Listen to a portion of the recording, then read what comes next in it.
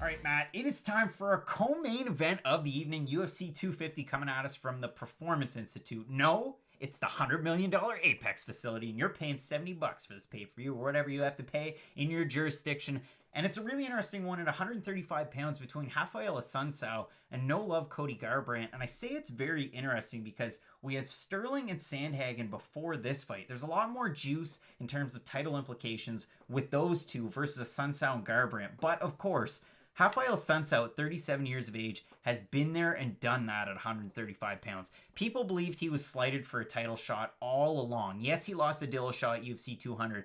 Then he finally almost got a shot against Marlon Moraes, and it didn't work out in his favor. So now he has gotten a win since, but he's taking on Cody Garbrandt, a guy who, at 11-3, I think people forget how good he was on his way up. He was 11-0 after beating Dominic Cruz to become the champion. He could finish everybody. I mean, out of his 11 wins, 9 of them by knockout, the 2 decisions.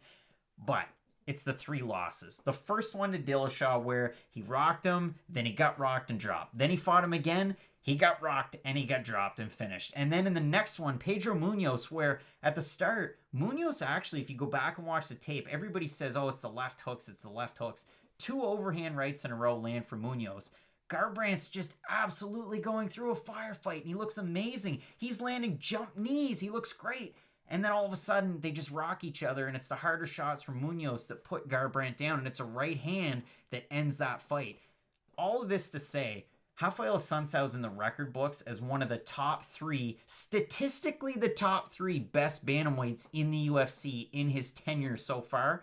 Cody Garbrandt's established a legacy for himself as a champ. What do you make of this fight? It's a really interesting fight, but the wording in which you use to describe Garbrandt is very key. He was good. He had a great run. It's been a hard road for Cody Garbrandt lately, and it all has to do with the fact that his striking defense, and I don't mean this in any other way, his striking defense is awful. Like, the success that he had on his way up was, I'm faster and I hit harder than all these guys. And eventually, I think that it kind of followed him around where people were a little gun shy to engage with him because they knew, okay, this big flurry is going to come and he can put me away.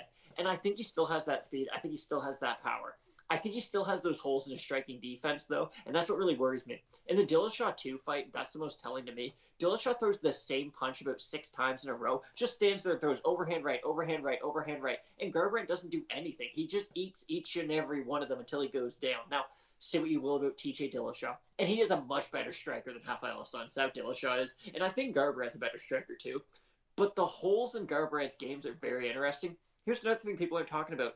Cody Garbrandt was supposed to fight Raphael Assunção not that long ago, but had to pull out due to kidney issues. He's also talked about moving down to flyweight. He switched camps. He went to train with Mark Henry in New Jersey, and then he came back to California for the second leg of it, just due to what's going on with the world. And also, he grew out a beard. Oh, yeah, that's the most key thing. Now, here's the bad thing. The beard doesn't help your chin at all. And I just don't think Cody Garbrandt has a great chin. And that's not a disrespectful thing. Just some fighters, Mark Hunt, for instance, can take an absurd amount of punishment. Some guys, Alistair Overeem or Cody Garbrandt, they just don't take those shots as well. And the problem is, chin doesn't get better the older you get. It normally gets worse. And when you're a guy like Cody Garbrandt, who's been pretty much flatlined 3 fights in a row, you always have to worry about that. I have really good news for Cody Garbrandt, though. Raphael Assunção doesn't hit hard at all. Even if he does land big overhand rights, he's not this murderous puncher. He doesn't get knockdowns in a lot of his fights. He's very volume-oriented, and he mixes it up quite well. So I think Cody Garbrandt is probably going to win, and he will probably win by finish. But Raphael Assunção, there's a very good likelihood, can just go out there and kind of outgrind Garbrandt for 3 rounds. This is the very interesting thing. Raphael Assunção has only lost once by knockout in the UFC. It was to Eric Koch back at UFC 128 in 2011. Another telling stat for Raphael Assunção, he's one of those wily, gritty vets, just like a Gerald Meerschaert on this card, where he's tied for second most wins in bantamweight history in the UFC with 11. He's had the longest win streak at 7. He's third in total fight time behind TJ Dillashaw and Uriah Faber. And the biggest one of all, he has the second best significant strike defense in the UFC bantamweight division of all time, behind Vaughn Lee of all people, at 68.7%. So Raphael Assunção is elusive, he knows exactly what he's doing, and he can do pretty well whatever he wants with a lot of different opponents, where He can volume strike. He can try and wrestle. He can do pretty well everything and find success. But he's taking on such a good polished striker in Cody Garbrandt, who at one time is he the best boxer in MMA? But maybe, probably, not now. 3 years ago he was, but not now. So in terms of the odds, Garbrandt minus 145 favorite, a Sun Tzu plus 120 underdog. On Tapology, out of 812 votes, 68% going with Garbrandt, 63% predicting a knockout. Do you see it that way?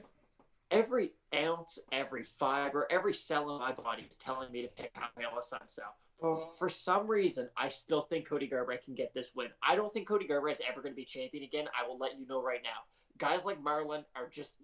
Because here's the thing. Everyone knows what his weakness is. He can't take a shot very well. There are guys like Marlon Moraes. There's guys like Aljamain Sterling, Corey Sandhagen. They all hit really, really hard and never get tired.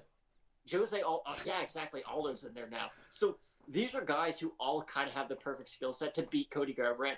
I don't think Raphael Assunção does, though, just because he doesn't hit hard, and I think you need at least a little bit of power to beat a guy like Garbrandt. So although I think Assunção is going to have success throughout the fight, I'm going to say Garbrandt, and probably by stopping.